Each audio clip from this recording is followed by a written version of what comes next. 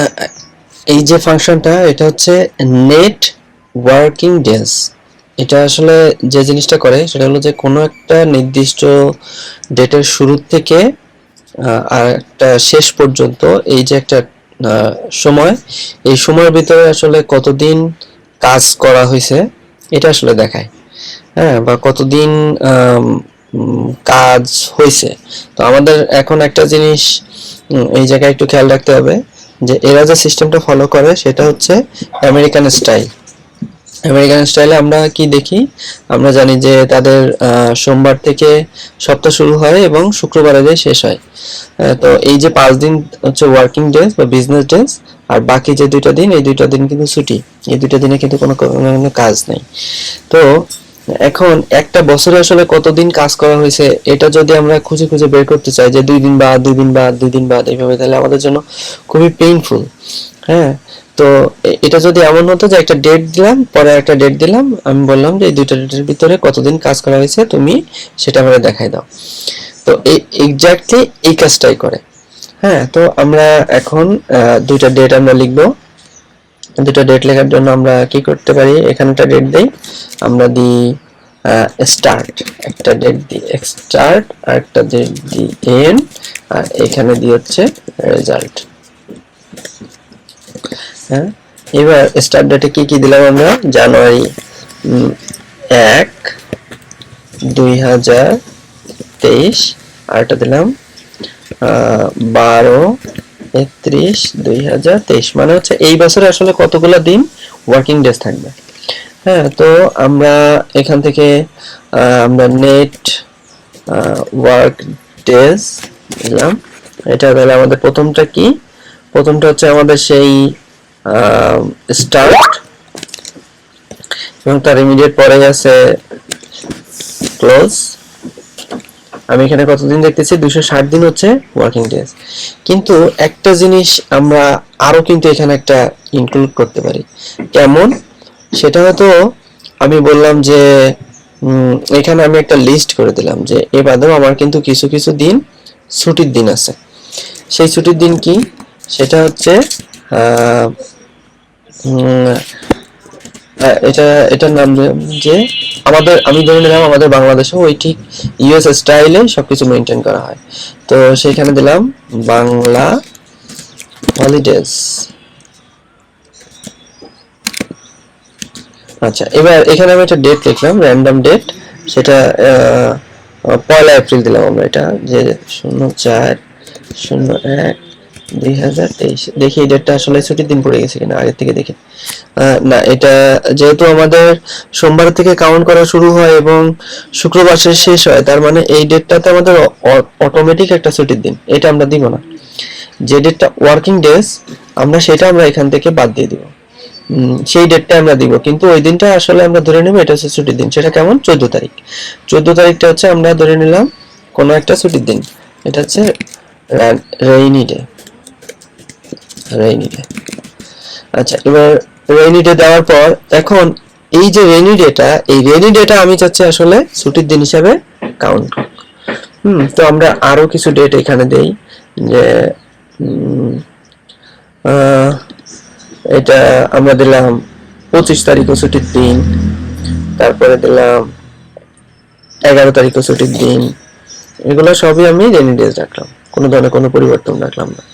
এবার এই যে দিনগুলো তো ছুটির দিন, এই ছুটির দিনগুলো তো তাহলে আমাদের 260 থেকে বাদ দেওয়া দরকার। তো এটা বাদ দেওয়ার জন্য কি করতে হবে, আমি আবার সেই ফাংশনে যাব, সরি,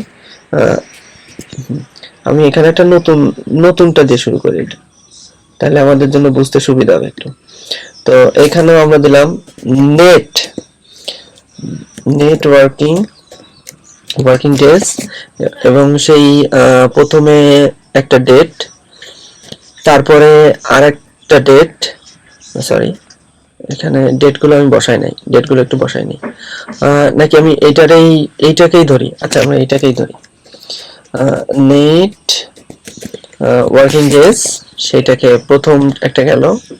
এবার হচ্ছে দ্বিতীয়টা মানে শেষ, যেদিন শেষ হচ্ছে, এবং এইখানে এসে আমি আমার এই রেঞ্জটা আমি দিয়ে দিব, যে এই যে রেঞ্জের কথা আমি বলতেছি, এই রেঞ্জের ভিতরে যদি আমার কোনো ডেট থাকে তাহলে আমার সেই ডেটটা হবে, সেই ডেটগুলোও কিন্তু তুমি কাউন্ট করবা যে তোমার ছুটির দিন হিসাবে। তো তাহলে আমরা দেই।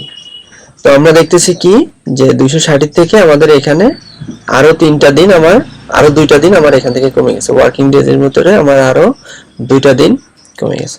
তো তাহলে আমরা এখানে কি দেখলাম, প্রথম কথা হচ্ছে যে একটা স্টার্ট আর একটা এন্ড, এই দুইটা ডেটের ভিতরে কতটা দিন ওয়ার্কিং ডে ছিল সেটা বের হলো।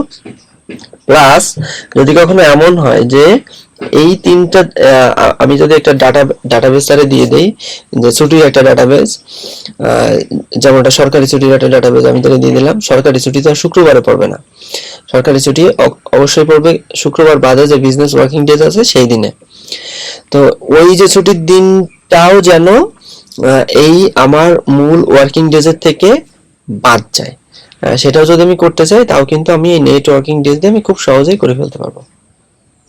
এটা আসলে মেইনলি যে কারণে ব্যবহার করা হয় যে এস্টিমেশনের ক্ষেত্রে, যে এই বছরে হয়তো একটা ওয়ার্কার সে আসলে 258 দিন কাজ করবে, প্রতিদিন যদি তার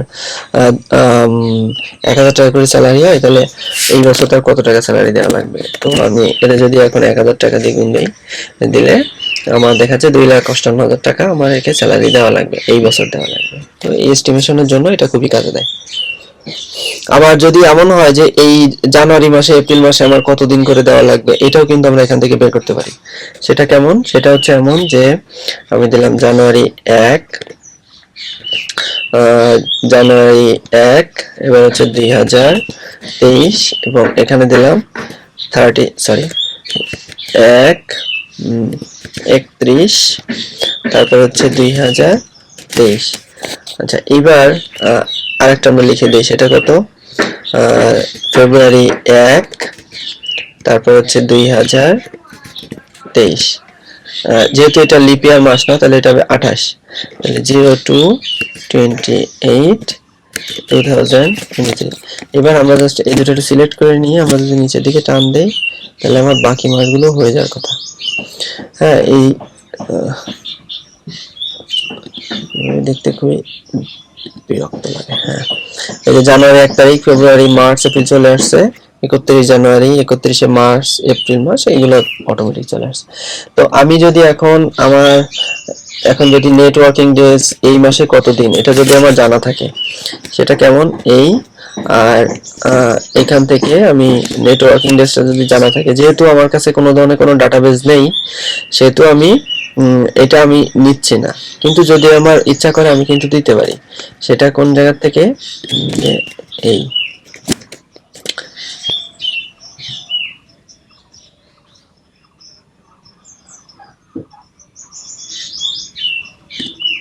কি মিস করলাম নাকি, ও আচ্ছা, আমি এখানে মনে হয় একটা ডাবল দিয়ে ফেলছি। তো আমি যদি এখন দেখি যে আমি এই মাসে আসলে 22 দিনের মতো আসলে কাজ করছি কিনা, এটা যদি চেক করতে চেষ্টা করি, তাহলে আমি এই যে সোমবার থেকে শুক্রবার পর্যন্ত কতদিন পাচ্ছি, কয়টা সপ্তাহ পাইছি, 1টা 2টা 3টা 4টা, এই হচ্ছে তাহলে 4-5-20 দিন।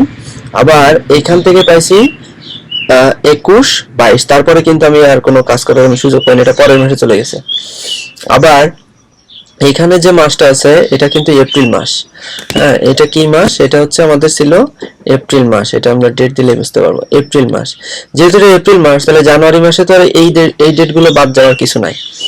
হ্যাঁ, তো তখন সে এই ডেটগুলোকে এখান থেকে কিন্তু বাদ দেয় নাই, সে ওয়ার্কিং ডেজের ভিতর থেকে এটা কিন্তু বাদ দেয় না, যে এটাও বিজনেস ডেজ হিসাবে কাউন্ট করছে। এবার আমরা যদি টোটালটা ধরে টান দেই, টোটালটা চলে আসলো। আসার পরে আমরা একটু এপ্রিল মাসটা একটু খেয়াল করবো। ঠিক আছে, এপ্রিল মাসটা কই, জানুয়ারি, ফেব্রুয়ারি, মার্চ, এপ্রিল মাসে আমরা দেখতেছি 20 দিন কাজ হয়েছে মাত্র। তো আমরা দেখি এপ্রিল মাস কবে শুরু হয়েছিল, সোমবার থেকে এপ্রিল মাস শুরু হয়েছে।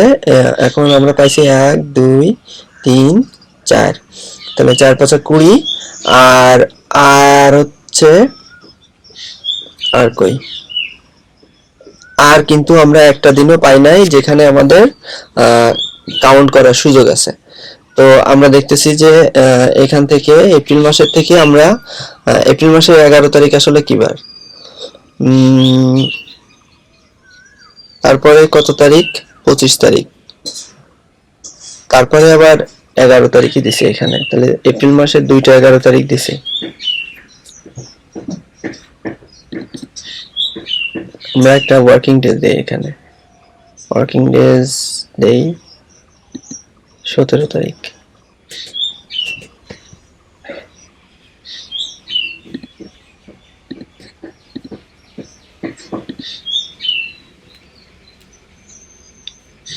আচ্ছা, এখানে আমরা একটা ফাংশন লেখার সময় খুব একটা গুরুত্বপূর্ণ ভুল আমরা করে ফেলছি। সেই গুরুত্বপূর্ণ ভুলটা কি? সেটা হলো আমরা এই যে ডাটাবেসটা আমরা দিছি এটা কিন্তু ফিক্সড।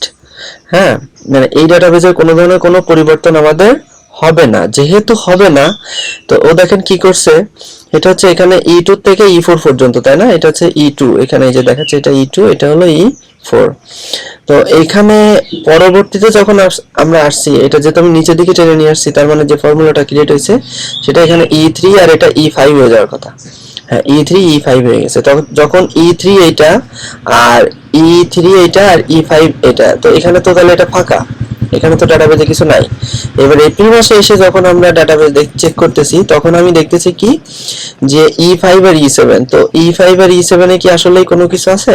এটা হচ্ছে E5 আর এই যে ওখান থেকে শুরু হলো E7 পর্যন্ত, এখানে কি কোনো কিছু আছে? কোনো কিছুই নাই। যদি কোনো কিছু না থাকে তাহলে তো সে এখানে দেখাবে যে টোটাল যে এত কয়দিন, সে 20 দিন, সে 20 দিনের মতোই কাজ হয়েছে।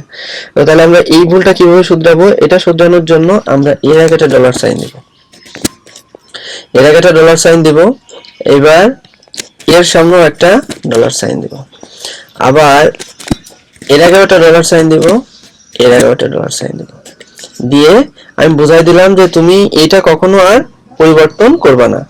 এবার যদি আমি আসি, তখন আমি দেখবো যে এপ্রিল মাসে কিন্তু 17 দিন কাজ হয়েছে। এবার আমি কি দেখতেছি? এপ্রিল মাসে মাত্র 17 দিন কাজ হয়েছে। তার কারণ কি? 11 তারিখ ছুটির দিন, 11 তারিখে কিন্তু বিজনেস আওয়ার ছিল, কিন্তু তারপরে ওটা হচ্ছে ছুটির দিন। আচ্ছা, এবার বিজনেস ডে ছিল কিন্তু তারপরে ছুটির দিন। 25 তারিখ ছুটির দিন, যদিও সেটা বিজনেস ডে। এবার 17 তারিখ সোমবার, সেদিনও ছুটির দিন। আমরা এর আগে দেখছিলাম এপ্রিল মাসে 20 দিনের মতো কাজ হয়েছে, কাজ করতে পারছি আমরা। যদি আমরা ইমিডিয়েট পাশেই এটা ভালো করে বোঝার জন্য আরেকবার একটু করি, নেটওয়ার্ক ডেজ, এই হচ্ছে শুরু আর এই হচ্ছে শেষ, এবং আমি কোনো ধরনের কোনো ডাটাবেস তাহলে দিলাম না, যেখানে সে বুঝতে পারবে যে এপ্রিল মাসে ওয়ার্কিং ডেজেই কোনো একটা দিনে ছুটি ছিল, তখন কিন্তু আমাকে 20 দেখাবে। হ্যাঁ, আমি এটা নিচের দিকে নিয়ে যাচ্ছি, শুধুমাত্র এটা 20। আর এখানে যে 3টা দিন ছুটি, সেটা আমার এখান থেকে বাদ গেল। এবার আমি যদি কোন মাসে কত টাকা বিল হবে এটা যদি আমি আগে থেকে করে রাখতে চাই, তখন আমি কি করব? এর জাস্ট আমি 1000 দিয়ে দেব। দেওয়ার পরে এই যে অটো এখানে চলে আসলো, আমি হ্যাঁ দিলাম, ঠিক আছে, যে 22,000 টাকা, এবং এই এপ্রিল মাসে কিন্তু এটা 17,000 টাকায় চলে আসছে। তাহলে এটা মনে হয় এখন কোনো একটা প্রতিষ্ঠানের বা কোনো আপনার যদি নিজের ফ্যামিলিরও কোন মাসে কেমন টাকা খরচ হতে পারে একটা এস্টিমেশন আপনি যদি করতে চান, তাহলে খুব সহজেই এই এস্টিমেশনটা করে ফেলতে পারবেন।